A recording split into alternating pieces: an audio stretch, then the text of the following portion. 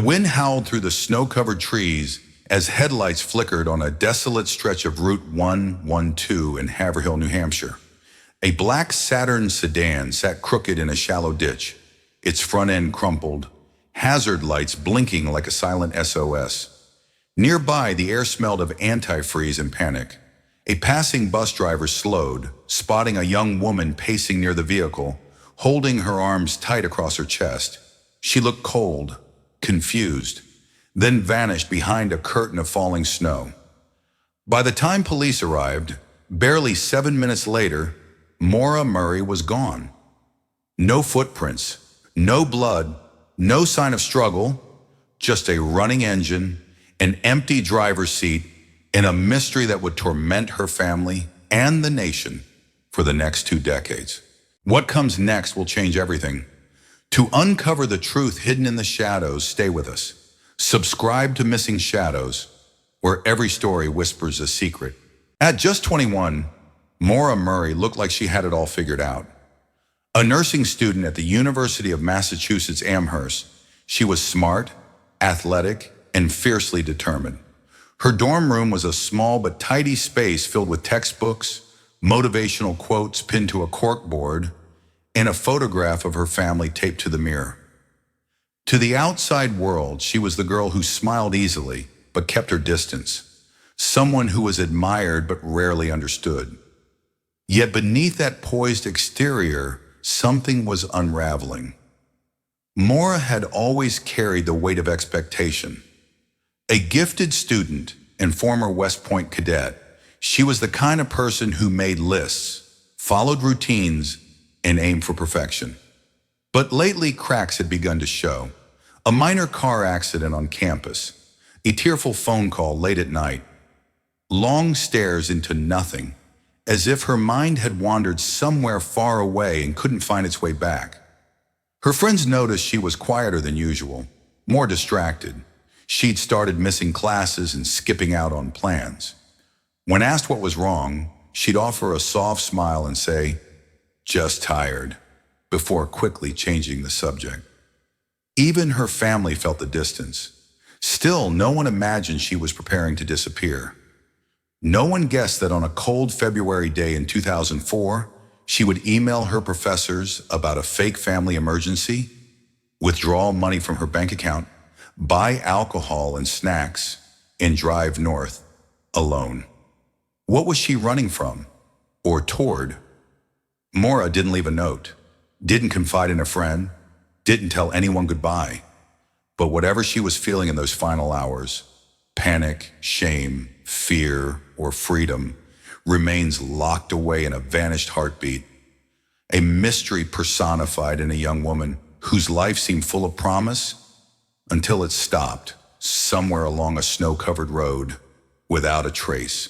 Long before she disappeared into the New Hampshire snow, Maura Murray was already fading from the life she had carefully built. Her troubles didn't begin with a single dramatic moment, but with a slow and silent erosion. Months before her disappearance, Maura was involved in an honor code violation at West Point, where she had once dreamed of becoming an Army nurse. The details were never fully disclosed, but the incident forced her to leave.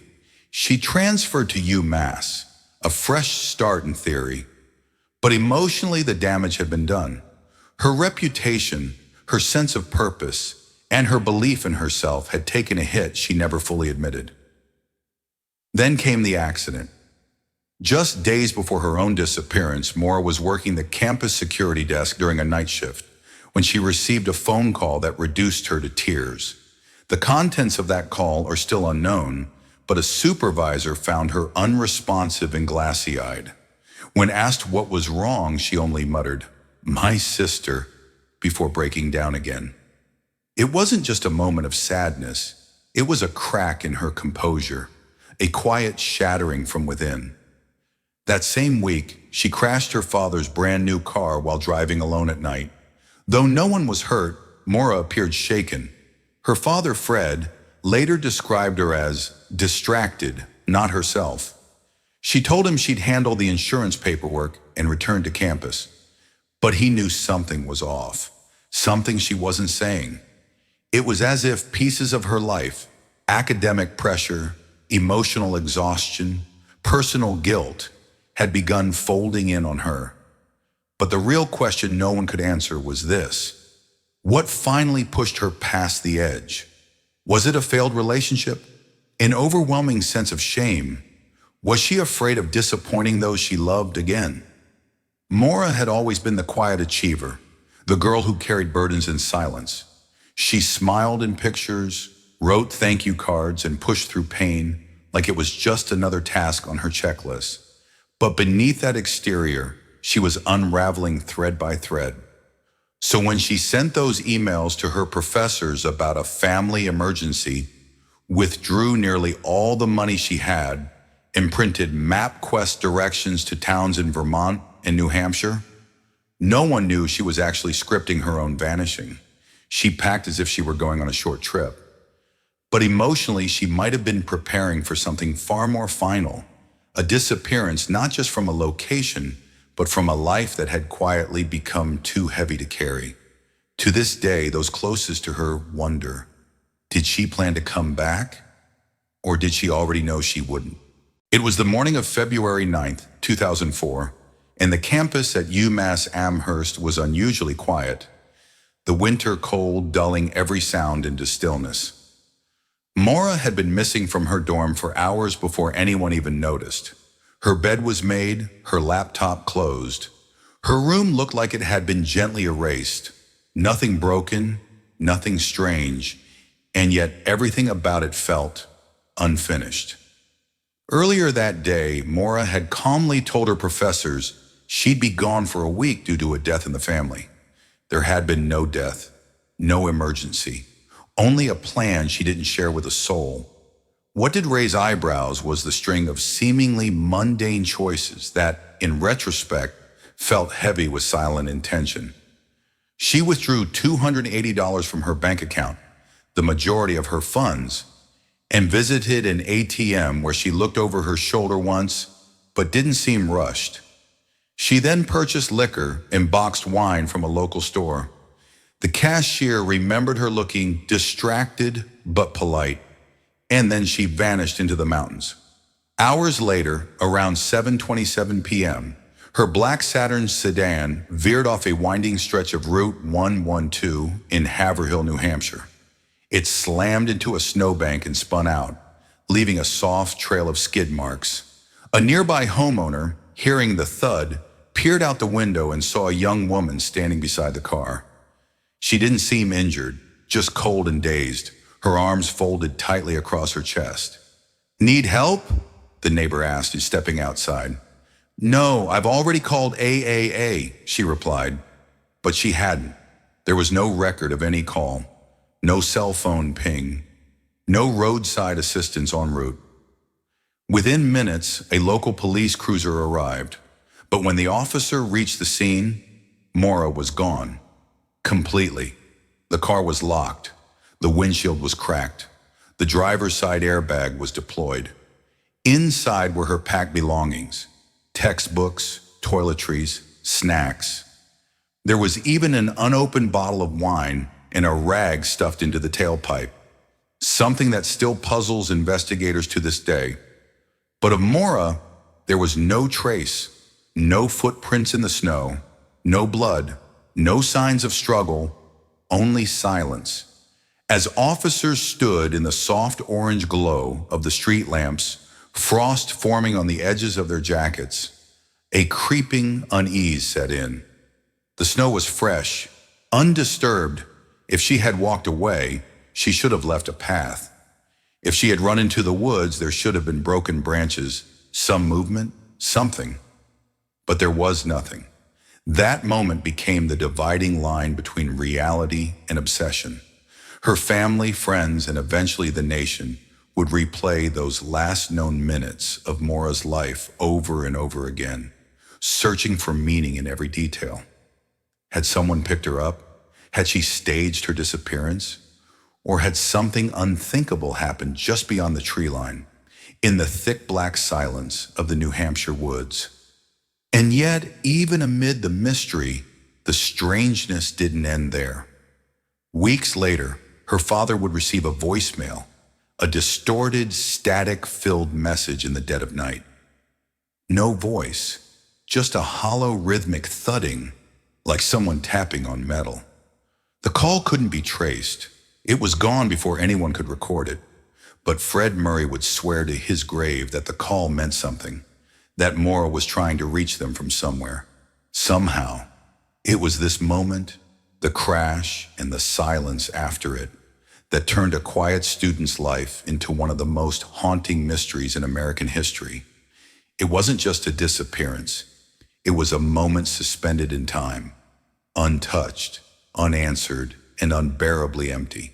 The next morning, Fred Murray drove nearly 4 hours to New Hampshire after receiving the call.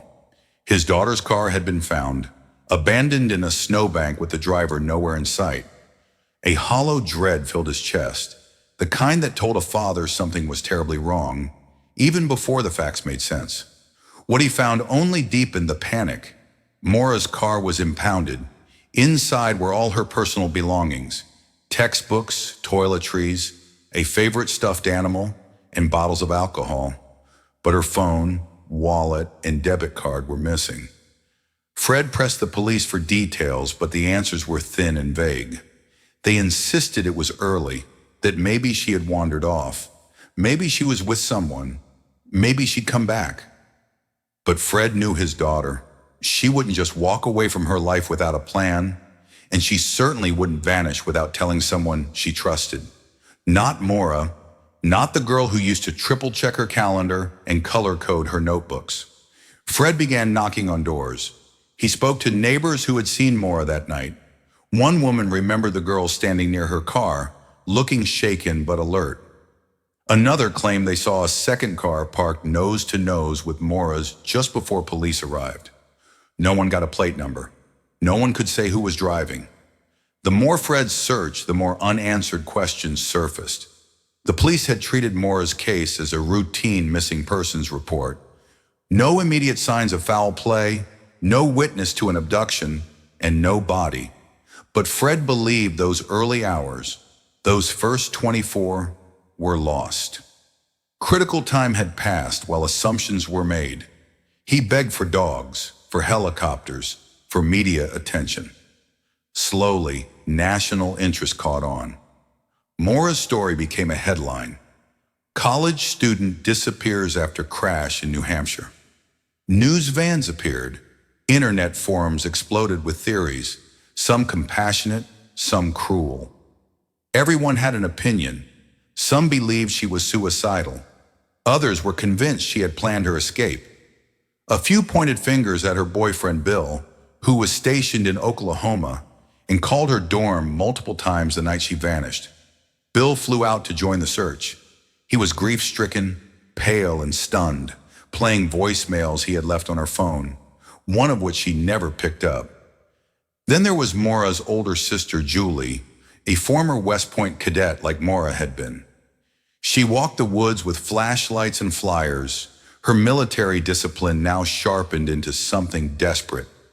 As the family dug deeper, they found fragments of Maura's recent life that didn't quite fit together. There had been a strange email exchange with a former professor, a flirtatious message on her computer, printouts of directions to lodges in Vermont and New Hampshire. She had also called a woman who rented cabins in Bartlett, New Hampshire, but when asked, the woman said Maura never booked a room. And then there was the rag stuffed into the tailpipe. Some believed it was part of a plan to disable the car deliberately, a tactic to fake a breakdown and flag down help. Others thought it pointed to sabotage, but there was no hard evidence, just clues that raised more questions, circling around the crash like ghosts in the snow. Fred became obsessed. He returned to New Hampshire every weekend, walked the roads where she vanished, knocked on doors the police hadn't.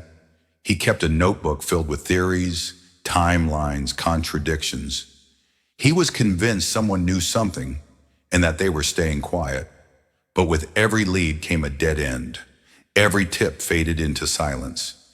And with each passing day, the icy fog of mystery around Maura thickened. The journey for truth had begun, but the road ahead was more twisted, darker, and lonelier than anyone could have imagined. It was nearly a year after Maura's disappearance when Fred Murray received the envelope. There was no return address, just his name, handwritten in a shaky scrawl, and a postmark from Burlington, Vermont. Inside was a single photograph, grainy, slightly torn at the edge. It showed a young woman standing in front of a small cabin, half turned as if someone had called her name. Her head was tilted, her hair tucked into a knit cap. And though the photo was dark and out of focus, Fred's heart dropped into his stomach. It looked like Maura. The photo had been taken in late spring. The trees behind the woman were fully bloomed, and the sun cast shadows on the porch. It couldn't have been from the time of the accident. It had to be after. He showed the photo to detectives who dismissed it as coincidence. It could be anyone, they said. You're seeing what you want to see. But Fred wasn't convinced. He drove to Burlington the next day and began knocking on doors, motels, hostels, campgrounds. No one recognized the photo. But on the third day, a clerk at a gas station leaned forward when Fred showed the picture. She used to come in here, the clerk said slowly, about a year ago. Didn't say much. Always wore a hoodie, paid in cash. Fred's breath caught. Are you sure? Yeah, the man nodded. She had the same eyes. This changed everything. If Maura had survived the crash, if she had walked away that night and chosen not to return, what did that mean? And why? In the weeks that followed, Fred revisited every theory with fresh intensity. He dug into police reports looking for anything overlooked. One detail jumped out. A phone number Maura had dialed just before she disappeared. It was a prepaid line, never connected to anyone known. But using online databases, Fred traced the number to a string of calls in the White River Junction area of Vermont. More digging revealed something even more chilling. A man named Tommy Rocha had once lived in the area, briefly known to Maura during her early days at UMass. He had a criminal record, mostly petty theft and drug charges, and had gone off the grid around the same time Maura vanished. They had met once during a party. According to one friend, he had an obsession with her, though nothing ever came of it. Fred brought the name to the police. Again, they were dismissive. He's not a suspect, they said. There's no connection. But Fred couldn't let it go. Then months later, a former bartender from a roadside pub outside White River Junction called Fred directly. She had seen the photo on a missing persons forum and was certain. The girl had come into her bar several times over the past year. Quiet, alone, always sat at the back, never drank much. And once, when the bartender casually asked her name, she whispered, Monica. The bartender leaned in and said, I remember thinking she looked like a ghost. Fred drove there that same night, but the girl was gone. The trail, like always, was cold. It was the cruelest kind of twist. Maura might be alive, but she didn't want to be found. And suddenly the narrative shifted. The story the media had shaped, that of a girl kidnapped or lost, was no longer the only possibility. What if Maura had chosen to vanish, to escape a life that had become unbearable? What if she had found freedom in anonymity? It left Fred and the rest of her family broken all over again. Because the question was no longer, what happened to Maura Murray? It was, why did she leave and why won't she come back?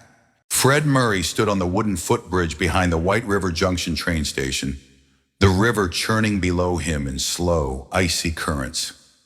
It had been nearly 2 years since his daughter vanished, and yet here he was again, chasing shadows, holding on to rumors, gripping fragments of what might have been. In his coat pocket was the photograph, faded now from the dozen times he'd unfolded and refolded it, but still clear enough to see the soft curve of her cheek, the eyes that refused to meet the camera. Eyes he was certain belonged to Maura. He had followed every lead, traveled thousands of miles, talked to strangers in dark bars and desolate cabins, held prayer vigils, yelled at reporters, pleaded with detectives. But this bridge, this was the closest he had ever come to feeling her presence. A week earlier, a backpack had been discovered in a thrift store an hour away. Inside was a faded UMass sweatshirt, a cracked flip phone, and a leather-bound journal. The clerk remembered the woman who dropped it off. She had been thin, pale, and silent. She had refused the tax receipt, signed no name. When Fred arrived, the bag had already been processed, donated from another shop. No fingerprints, no ID, no confirmed link. But the journal contained one page that froze his breath. It was a letter, handwritten, unfinished. To the people I love. I'm sorry for the confusion. I never wanted this to become a headline. I just needed space, more than anyone could give me. I wasn't okay, and I didn't know how to say it without disappointing everyone. I wanted a new name, a quiet life, a way to just breathe again. I still dream of calling, but I know what that would cost. I don't know if I'm strong enough. There was no signature, but Fred didn't need one. He read the letter dozens of times, trying to decide what it meant. Had she written it after the crash? Was she still alive? Or had it been her last goodbye before disappearing into the wilderness? Now, as he stood over the rushing water, he finally understood. He had always believed Maura needed saving, that she was taken, hurt, lost. But maybe she had saved herself. Maybe her escape had been the only way she could survive. The realization felt like glass in his chest, sharp, bitter, and somehow cleansing. He would never stop looking, not completely, but he was beginning to understand that finding her didn't mean bringing her back. It meant letting her go. He pulled the photograph from his coat pocket one last time, smoothed it with trembling hands. Then, with a deep breath, Fred loosened his grip and let it fall. The photo caught the wind, danced once, then fluttered into the cold, dark river, disappearing beneath the surface, like the girl it once captured. A father's love doesn't vanish, but sometimes the only way to honor it is to set it free. A year later, the Murray home was quieter than it had ever been. The search parties had ended. The flyers, once taped to every tree and telephone pole from Massachusetts to New Hampshire, had faded and peeled. Fred still kept a box of them in the garage, just in case, but he no longer handed them out on weekends. The once sleepless nights had become fewer, though the ache never truly left. It simply softened into something he could carry. On what would have been Maura's 25th birthday, Fred sat alone in the kitchen, sipping black coffee from her old UMass mug. Her journal, the one found in the thrift store, now rested in a glass case on the bookshelf behind him. It was the last known piece of her, the only trace that hinted at the truth without ever fully revealing it. He had made peace with not knowing everything. Not all stories were meant to be solved. The world had moved on. The forums went quiet. The media lost interest. But Fred held on to the most important truth of all. Maura had made a choice, one he would never fully understand, but one he could learn to respect. Sometimes love means searching endlessly. Other times, love means letting go. In the final weeks of that year, Fred began writing again, not letters to police or journalists, but to Maura. Simple notes, thoughts, dreams. They weren't meant to be sent. He just needed her to hear them somehow. I hope wherever you are, you found the peace you couldn't find here. I'm not angry anymore, just missing you in a quiet way. If you ever come back, the porch light will still be on. The mystery of Maura Murray would never fully disappear. People would still whisper her name, theorize on Reddit threads, wonder if the girl from Amherst ever truly meant to vanish. But to Fred, the question had shifted. It was no longer, where did she go? It was, how do I honor the space she left behind? So he planted a tree in her memory, a strong one, with roots that would stretch deep into the ground. On the stone beneath it, he engraved a single line: still loved, still missed, still free. And in that quiet, unassuming way, Maura's story, though unsolved, found its ending. Some disappearances leave behind clues, others leave behind questions that echo louder than any answer ever could. Maura Murray's story was never about one night on a cold highway. It was about a young woman quietly breaking beneath the weight of a life that looked perfect on the outside. Her vanishing wasn't just a mystery, it was a mirror, reflecting everything we don't see in the people we think we know. Not all missing people are lost. Some are simply choosing to be unseen. And in that silence between heartbreak and hope, those who love them must learn a different kind of faith. Not in rescue, but in release. Craving twisted mysteries and haunting tales? Hit subscribe before the story fades into the shadows.